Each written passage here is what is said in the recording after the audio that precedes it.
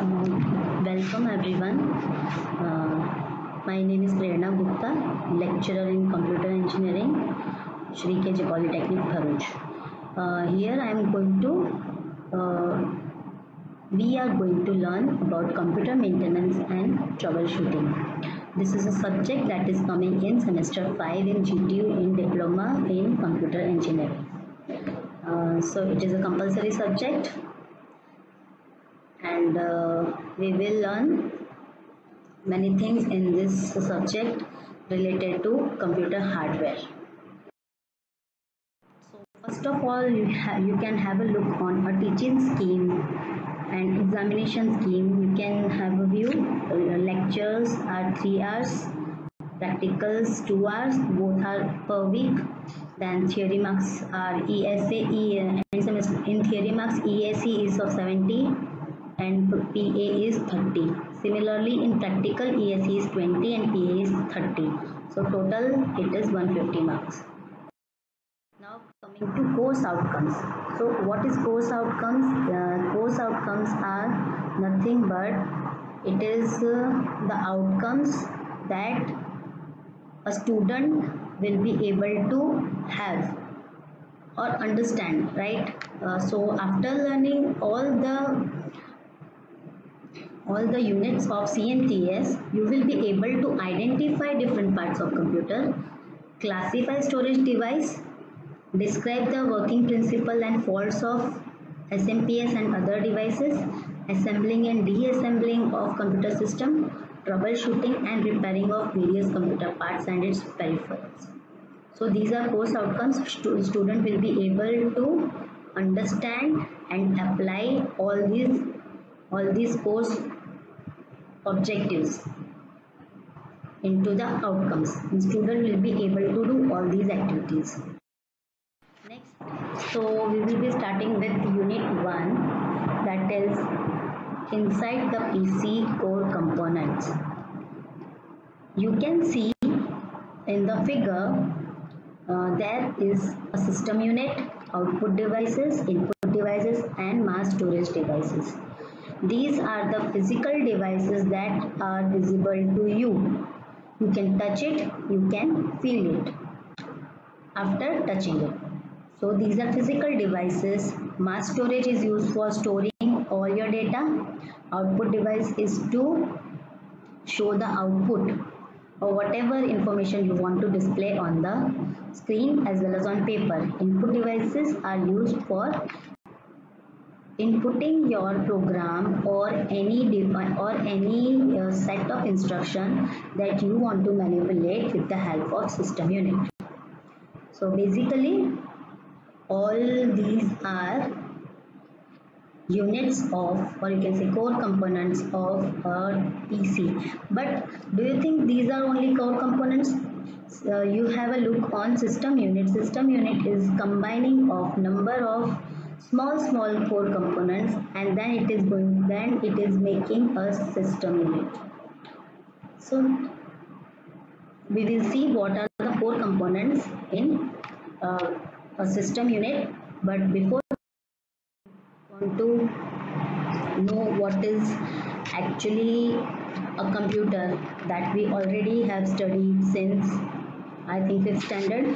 A computer is a general purpose device that can be programmed to carry out set of arithmetic or logical operations automatically. So you can see what it is written. Computer is a general purpose device that can be programmed to carry out set of arithmetic or logical operations automatically. Basically, what computer does, a user inputs programmed instructions in the CPU with the help of input device, and then CPU will perform set of arithmetic and logical operations, and finally it will give output. So easy. Now we will start.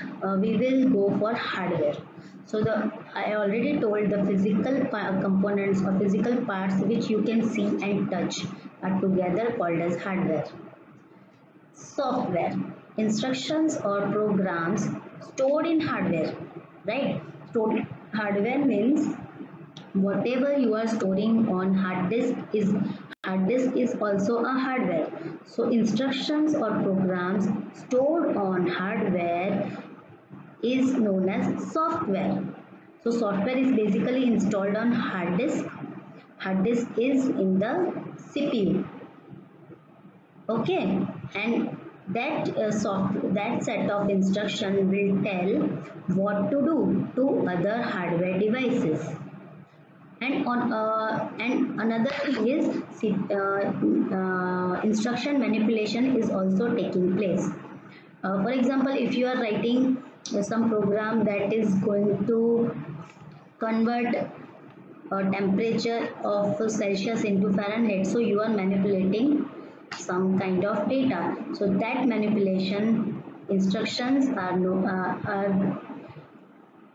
used to manipulate your data. So in this figure you can see CPU is hardware, printer is hardware, monitor is hardware, hard disk is a hardware. So CPU will give instruction to printer to print, monitor to show data, hard disk to store data. Then set of instructions, operating system, software and other programs all are the examples of software that is being stored in CPU. You can see in CPU also, if operating system is there, it is being stored in ROM, and other things that are not permanently required are stored in higher hard disk, and during its processing it is brought on the RAM, that is temporary memory. Similarly, if manipulating of instruction is being carried out and that is under CPU also, then also CPU will give instruction to itself. So basically softwares are programs that tell hardware what to do. From this figure it is quite clear to you all.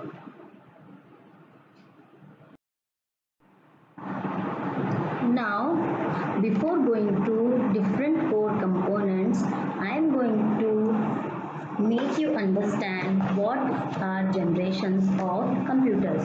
So, what are generations of computers? What is the meaning of actually the generation? So, the generation is a terminology. Computer terminology is that is saying that change in technology, right? So computer generation is nothing but a change in technology that is being carried out time to time. So that will be making a generation. So we are going for first generation of computers. What are first generation of computers? They were vacuum tube based. Vacuum tube based, and its era was 1946 to 1959. Then second generation, that was transistor based. Third generation, that was integrated circuit based. Fourth generation, it was VLSI microprocessor based. Fifth generation, it was ULSI microprocessor based. As when we are going towards the slides further, we will be understanding each and everything. What are vacuum tubes, transistors, integrated circuits, VLSI and ULSI.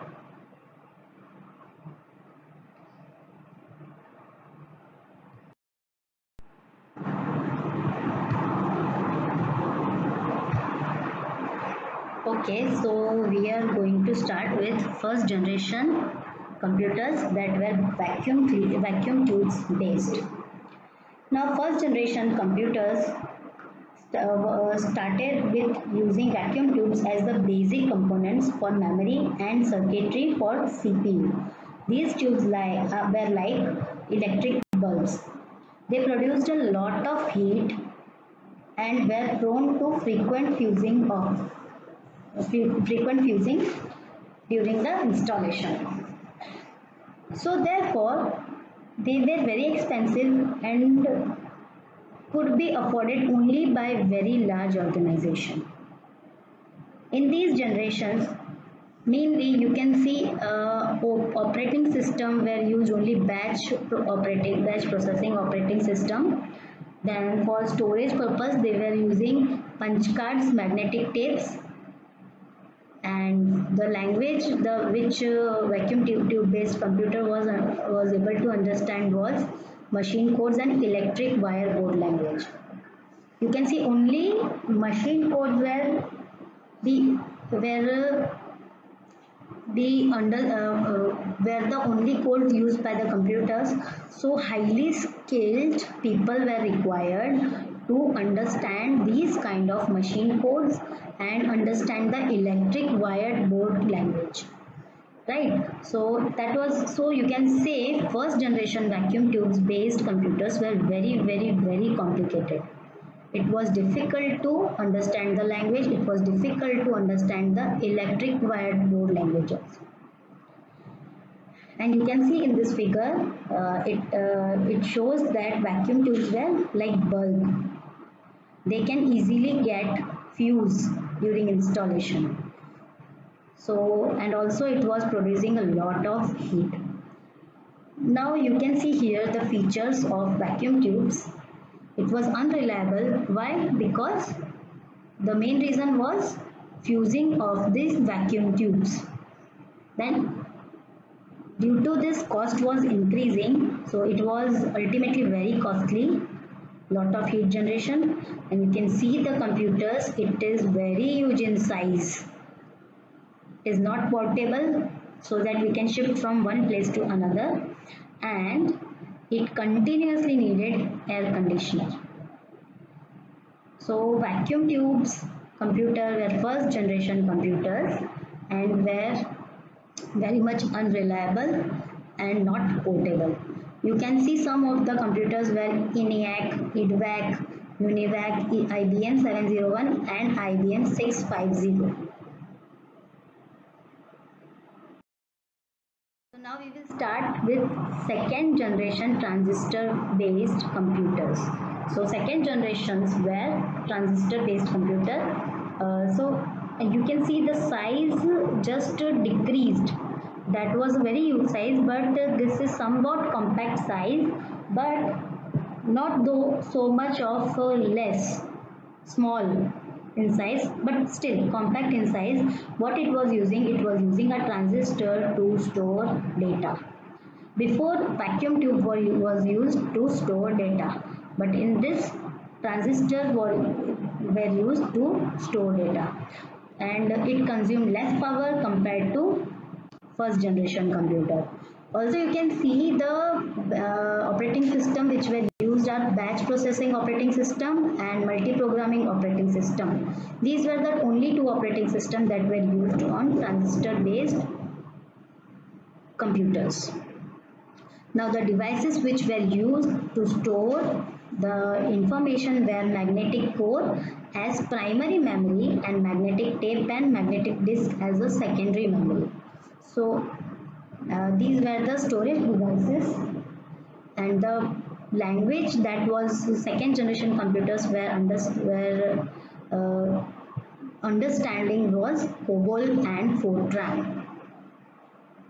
So only two languages were used at that times. So people were asked to learn COBOL and Fortran, and that was on that era in a boom form. Means the person who was very fluent in COBOL and Fortran, easily who can code, easily who can decode, understand that these two languages were in demand. So now there are many other languages in today's era that we will see in fifth generation computer. And you can see the picture. This is a transistor. Why it is called as transistor? Because it is having 3 pins, 3 states. It is known as transistor. and this is the circuitry of transistor based computer. You can see this, these small units are transistors. It is the picture of second generation transistor, and this figure is being taken from Wikipedia. You can go and you can search all these pictures. All these pictures are available in tutorial points as well as Wikipedia. So we can see the features here. What I have written is features compared to first generation computer.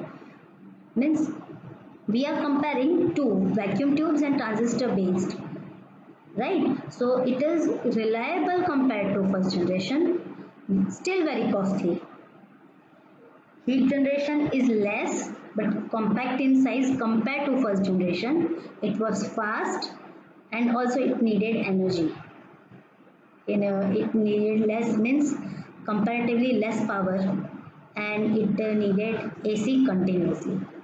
Some of the computers of second generations you can see are IBM 1620, IBM 1794, CDC 1604, CDC 3600, UNIVAC I108.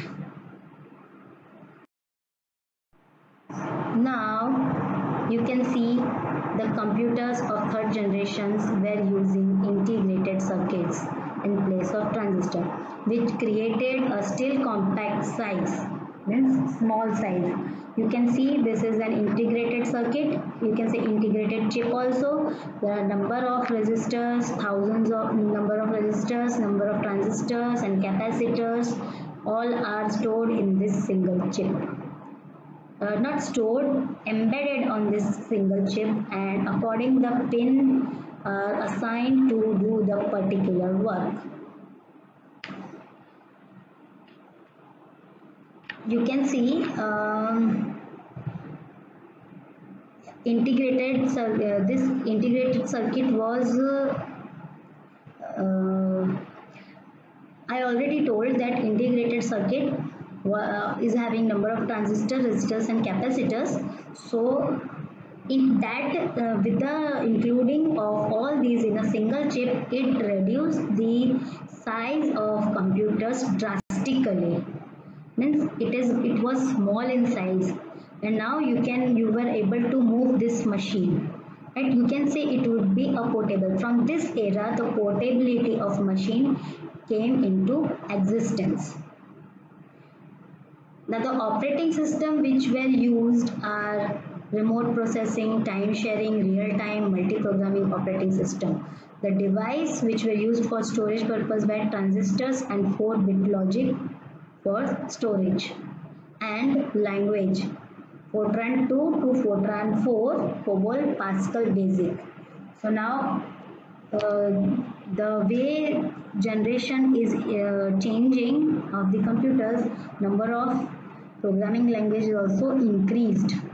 You can see before only Fortran and COBOL, and before that only machine language, but these Fortran, COBOL, Pascal, and these are some you can say assembly language and higher level language, not machine level language. So it was somewhat easy for user to understand, and again you can encode and decode by small training of these language. So you can see the features. What are the features? It is reliable. It was reliable. It was very costly because this was the first computer which was introduced with small size. It was efficient, faster, consumed less electricity, but still it needed AC. And the number of computers were IBM 360. Some computers of third generation were IBM 360, Honeywell, PDP, IBM and TDC. Next is computers of fourth generation. These computers were using very large scale integrated circuit. Right, before only you have seen that integrated circuit was having resistors, transistors and other kind of small devices, but in very large scale integrated circuit there are 5000 transistors, in a single chip. The chip is having 5,000 transistors, so the capacity of storing its storing increased suddenly. So from this era, rise of personal computer arise. Means the requirement of personal computer increased, but and people were able to take a personal computer at home also. Before the fourth generation, people were not taking computers at their home, they were not installing, but from this era, people started installing computers at their home only.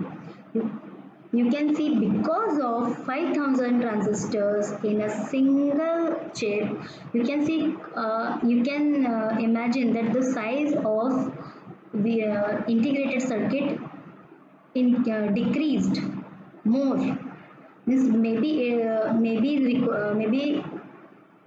it will be having somewhat big size, but not that much. Means for this lead to increase in the requirement of personal computer. You can see what are operating systems that were used, that were time sharing, real time networks, distributed operating system, and devices which were used was hard disk to store, and language was C, C++ and DBase. Now coming to features, it was highly reliable, very cheap, small size and portable, means you can shift your PC anywhere. And important thing is pipeline processing. What is the meaning of pipeline processing is that while you are working for, while your one process is in processing mode, or you can say execution mode, then the remaining or coming process which are about to go in under the process are not kept idle.